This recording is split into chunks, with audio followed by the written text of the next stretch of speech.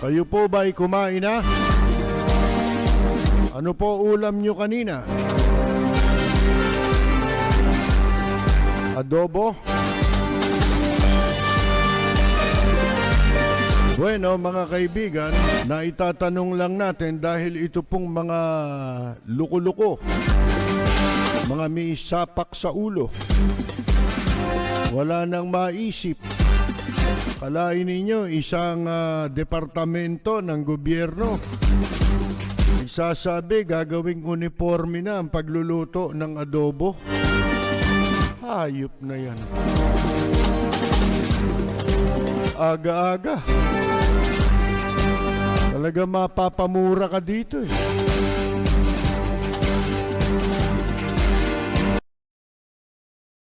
Bueno, ito hong Department of Trade and Industry. Ang Department of Trade and Industry, mga kaibigan, ay meron silang kagaguhang naisip ngayon na magkaroon ng uniforme ang pagluluto ng adobo.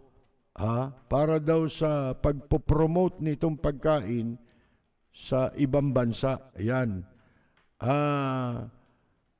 Ang sabi nitong si Secretary Mon Lopez, itong issue ng adobo, mga kaibigan, na ang merong panukala si Mon Lopez na ang muka adobe. Adobo, yung mukha naman nung nagsasalita, adobe sa kapal. Sipin mo, ito daw adobo, gagawing uniforme. Ang lasa. Hayop kayo. Saan kukuha nang ibibili ng adobo? Yung taong bayan. Toyo na nga lang yata inuulam nung iba Wala nang maipansahog Paano kang bibili ng baboy ngayon? Napakamahal ng baboy. Di ba? Mga kaibigan, sa kukuha na pa, nagbabagsakan, nagsasarahan, patuloy na nadaragdagan, patuloy na parami ng parami ang nawawala ng hanap buhay araw-araw.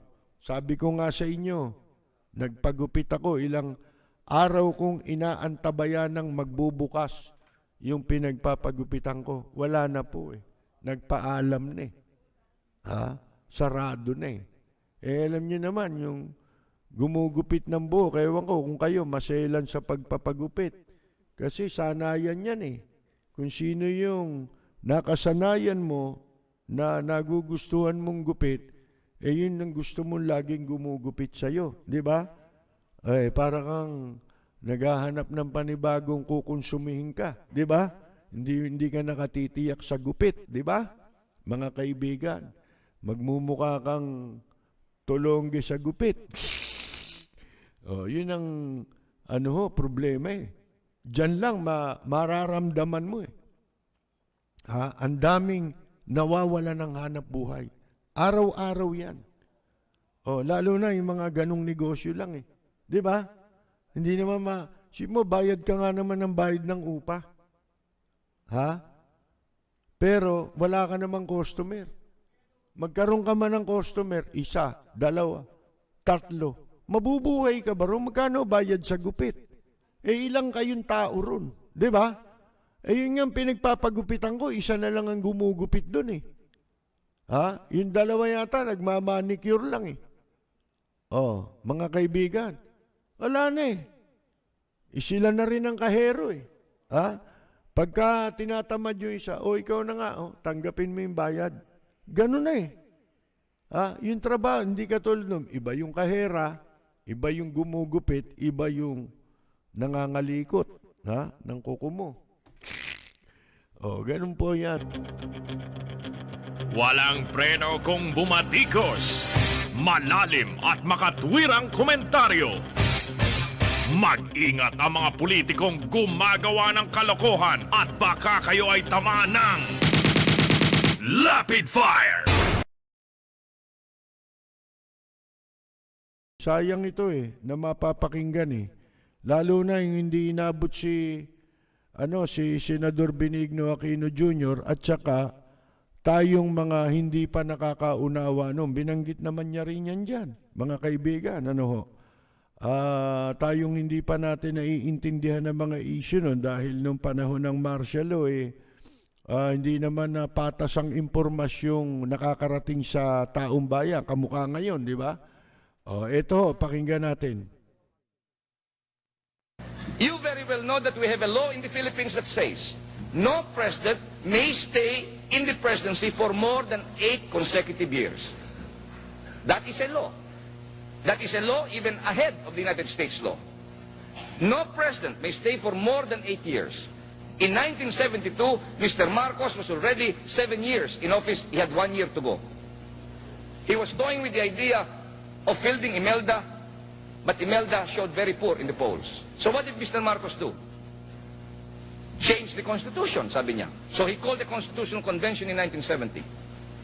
We were a handful in the Senate who denounced this, and I told the Senate, we should not allow an open Constitutional Convention because it's very dangerous.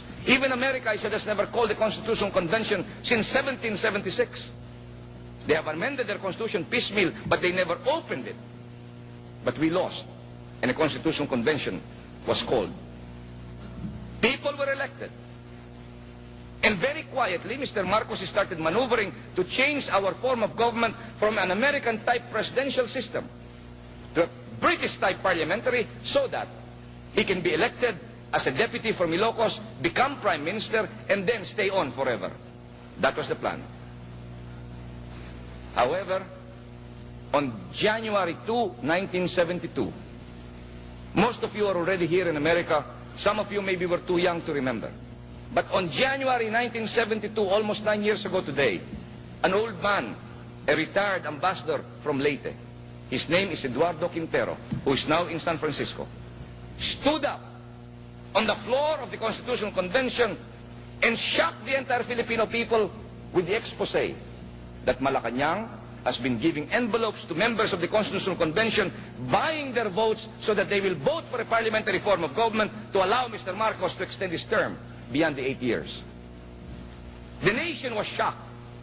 Immediately the NBI swooped down into the house of Quintero, and then they opened up an aparador, walang susi, and they said 500,000 pesos in cash were found in the aparador of Quintero. The implication was the opposition gave him 500,000 to make his expose. But if there were 500,000, bakit walang susi yun? Hindi naman 50 pesos lang yun. To cut a long story short, a delegate from Cebu, his name is Napoleon Ram, stood up on the convention floor and said, "Wag na tayo magtalo. Let us not discuss who received or who did not receive. I am now filing a resolution that will provide, if we approve this constitutional convention, this constitutional amendment, this new constitution, no incumbent president or his spouse may seek office." Out sa kulumbo si Mr. Marcos. Sa takot ng mga delegado, because they will be accused if they voted no, that they received the envelope, everybody voted yes. Nalagot si Mr. Marcos. This Rama resolution was overwhelmingly passed. Mr. Marcos and Imelda Marcos are out of the running. So what will Mr. Marcos do? Hindi na pwede sa 1935 Constitution. Hindi na po pwede dito sa bagong Constitution. The only reason left, or the only excuse and the only option left for Mr. Marcos is to declare martial law. And so what happened? The students demonstrated in the streets. Sabi ng agent ni Marcos, sige pa, dagdagan pa nyo. More demonstration in the street. Sige pa. Finally, bombings started in Manila. And did you know, my friends, the Manila police captured one of the bombers. And one of these bombers in Manila was identified as a sergeant of the firearms and explosive section of the Philippine Constabulary. The following day, this man was snatched from the Manila police and we never heard from him again. And then, on September 23, midnight, Mr. Marcos went on television and said, "I, Ferdinand Marcos, acting as Commander-in-Chief of the Armed Forces of the Philippines, by virtue of the provision of the Constitution which states, in case of invasion, insurrection, rebellion, or imminent danger thereof, I may declare martial law or suspend the writ of habeas corpus. Therefore, I now declare martial law and shall administer this country alone." On that day, democracy died. And so Mr. Marcos arrested together with us in the Senate most of the leaders in the Constitutional Convention. All of those opposing him went to jail with us. And then when they went to jail with us, all the other members of the convention were herded, and they were given a constitution by Mr. Marcos, and they were told to sign, and everybody signed, except those in jail with us. And once this new constitution was signed by them, he released the delegates. And then on January 17, 1973, Mr. Marcos went on television and said, "Ladies and gentlemen and my countrymen, there is now a new constitution." But how can we have a new constitution? There was no plebiscite. You know that the law says before you can have a new constitution, you must present it to the Filipino people, and the Filipino people must, in a secret ballot, write yes or no. What happened? Tinawag ni Mr. Marcos sa mga citizens' assembly. Tinawag niya mga barrio councils. And then in the middle of this meeting, tinanong, "Kayo ba'y gutom na?" "Yes." "Taas ang kamay." "Taas." Lahat ng tabas. "Approve ang konstitusyon."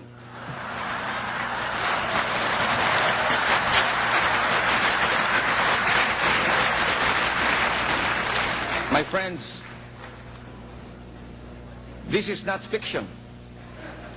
Because in the now famous Habiliana case, Habiliana versus Executive Secretary, a gentleman by the name of Mr. Habiliana went to the Supreme Court and questioned the illegality of this Constitution. And what did the Supreme Court say? Out of 10 justices, 6 out of 10 said this Constitution was not validly ratified. According to the 1935 Constitution, and according even to the new Constitution, it was not validly ratified. But then the Supreme Court added, but there is nothing to stop it. So, we had a Constitution.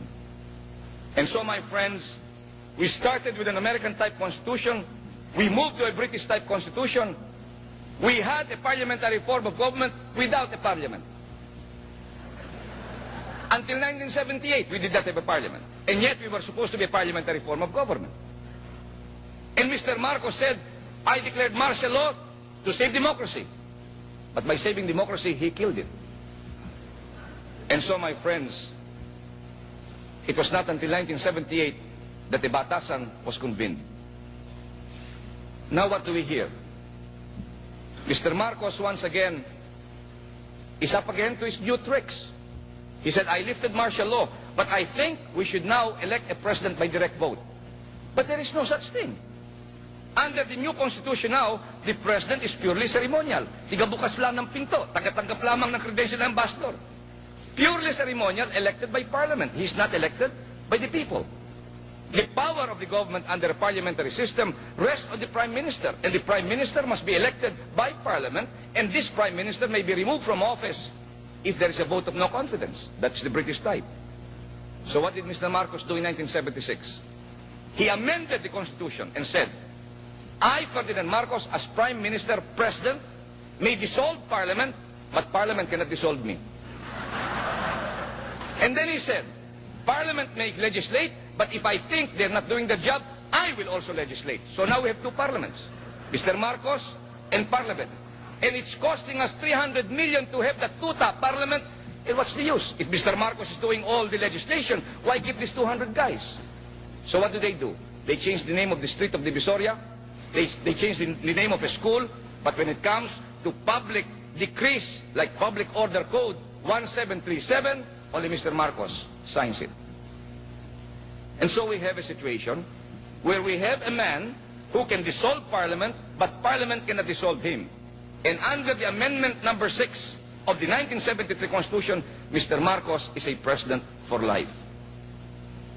And now, all of a sudden, 2 weeks ago, sabi niya, "I have lifted martial law, but I now want to go to the Filipino people and I want their mandate of 8 years. I will defend martial law. Anybody who's opposed it can oppose me. I want to go to the people and get their mandate." But how can you get a mandate? There's no such thing in the Constitution. Sagot ni Marcos, "Let us amend it." So now we are going to amend again the Constitution. And so we asked Mr. Marcos, "But what form of government will we have?" Sabi niya, "I want a president with powers." What happened to the parliamentary type British? Forget it. Let us now go to France. Let us have a French model. And so, my friends, It is like the Odyssey of Jules Verne, 80 days around the world.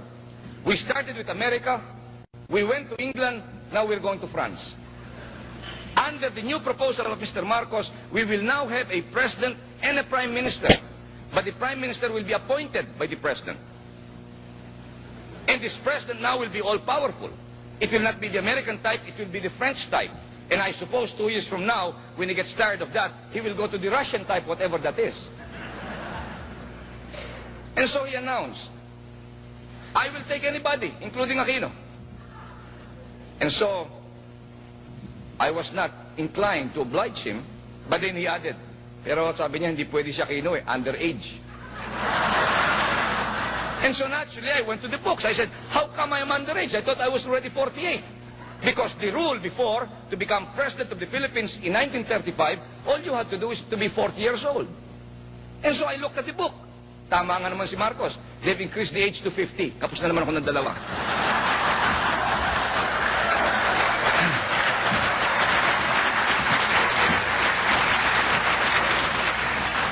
Of course, Mr. Marcos said, pero kung talagang gusto niya, Aquino, if he really wants to come home and to fight me, I will oblige him. I will also have the Constitution amended for him.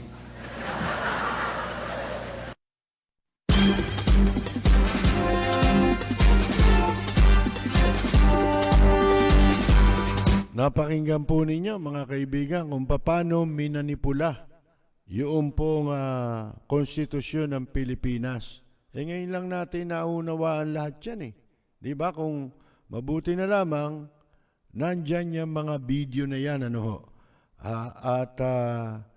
available para mapakinggan natin lahat. Totoo naman lahat yung sinabi ni dating Senador Benigno Aquino. Kung hindi po nagkaroon ng kung hindi siya napatay, hindi magigising ang taong bayan, mga kaibigan. Ngayon, ang sa atin antayin ba nating mangyari pa yon? Magkakaroon tayo ng eleksyon.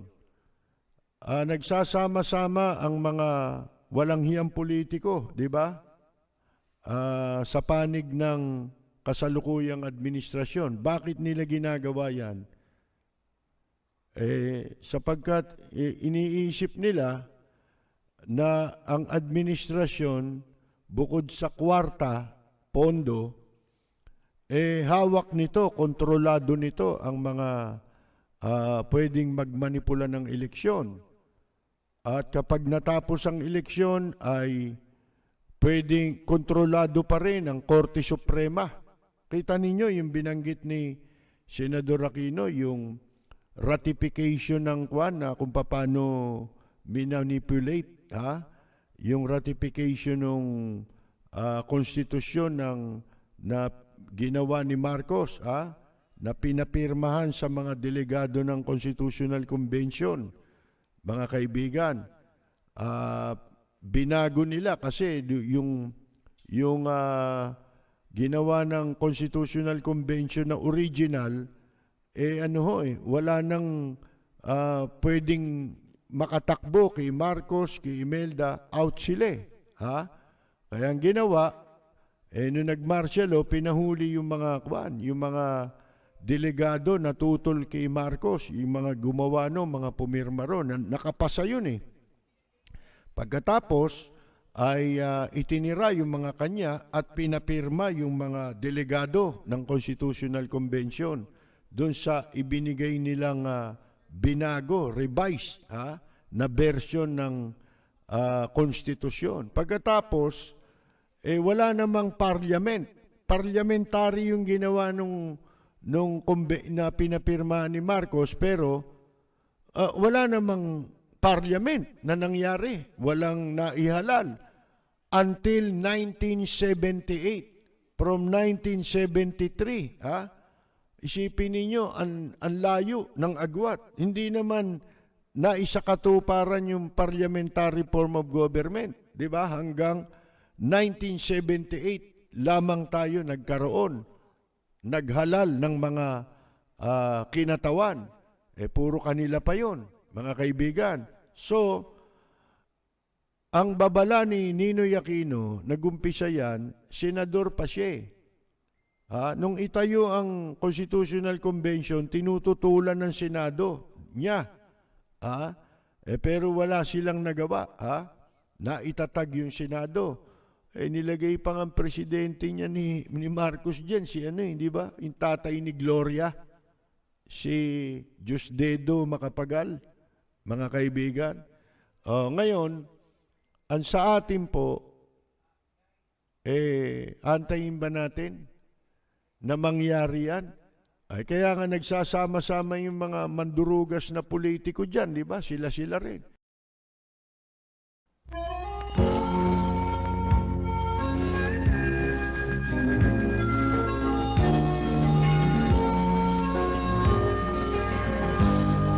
Sa bayan ko ay isa ang lahi, dito'y wala ang pagkukunwari.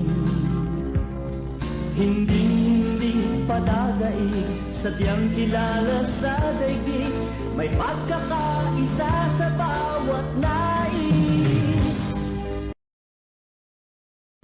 Magandang gabi, Sikwatari Ramon Lopez. Mahal sa'yo.